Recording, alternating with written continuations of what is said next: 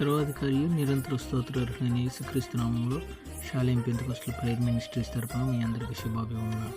ఈ దినం దేవుడు మనకు అనుగ్రహించిన వాగ్దానం 2 తిమోతికి రాసిన పత్రిక 4వ అధ్యాయము 17వ వచనం. ప్రభువు నా ప్రక్క నిలిచి నన్ను బలపరిచిన కనుక నేను సింహము నోట నుండి తప్పింపబడితిని. దేవుడి వాగ్దానము నేడు మన వెనుకిడిలో దీవించి ఆశీర్వదించునుగాక. ఆమేన్. ఒక నిమిషం ఈ మాటను ఆలోచిస్తే, ప్రభువు నా ప్రక్క నిలిచి నన్ను బలపరిచెను. ఇక్కడ 1 అని ఫుట్ నోట్లో ఉంటుంది, నా పక్షమును నుండి. దేవుడు మన పక్షము ఉండి మన ప్రక్కన నిలిచి మనలను బలపరుస్తాడంట. ఎందుకు దేవుడు మనల్ని ప్రక్కన నిలిచి మనల్ని బలపరుస్తాడు అని అంటే, ఈ రోజున అనేక మంది నేను నీ పక్షంగా ఉన్నాను, నేను నీకు తోడై ఉంటాను, భయపడొద్దు అని చెప్పిన వారే మనల్ని విడిచిపెట్టి వెళ్ళిపోతూ ఉంటారు. ఆ సందర్భంలో నాకు సహాయం చేసే వాళ్ళు ఎవరున్నారు, నాకు తోడైన వారు ఎవరున్నారని భయం మనల్ని ఆవరిస్తుంది. అలాంటి సందర్భాల్లో ప్రభు అంటున్నాడు, మనుషులు నిన్ను విడిచిపెట్టి వెళ్ళిపోవచ్చు, కానీ నేను నిన్ను విడువను, ఎడబాయను. నేను నీ ప్రక్కన నిలిచి నిన్ను బలపరుస్తాను.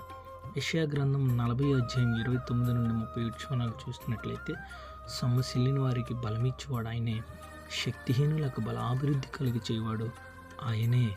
నిజమే, ఈ రోజున నీకున్న పరిస్థితులను బట్టి, నీ ఎదురు ఉన్న మార్గాలను బట్టి, ముందు వెనుక వెళ్తానికి ఎటువంటి అవకాశాలు లేని స్థితిగతుల్లో భయంకరమైన పరిస్థితులు నిన్ను ఆవరించి ఉండగా, భయంకరమైన చీకటి నిన్ను ఆవరించి ఏం చేయాలన్న తోచని పరిస్థితులను ఉన్నావు ఏమో, కానీ ప్రభువు నీతో అంటున్నాడు, నేను నీ ప్రక్కన నిలిచి నిన్ను బలపరుస్తాను. దేవుని కృప కొరకు మనం ఎదురు చూచినట్లయితే ఆయన నూతన బలముతో మనల్ని అభిషేకించి పక్షిరాజు యవ్వనం వల్లే మనం రెక్కలు చాపి పైకి ఎగిరేటట్లుగా, పడిన చోటే సమస్యలేని చోటే మనల్ని బలపరిచి నడిపించేటట్లుగా దేవుడు చేయగలడు.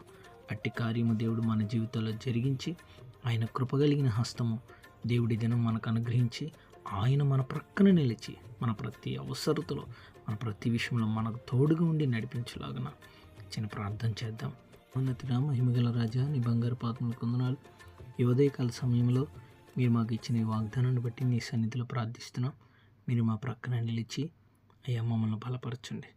మేమున్న ఈ చీకటి పరిస్థితుల్లో నాయన, మా ముందున్న మార్గముల్లో ఎటు పోవాలో తెలియని స్థితిగతుల్లో మేము ఉండగా, మా జీవితాలలో మీరు మమ్మల్ని బలపరచండి.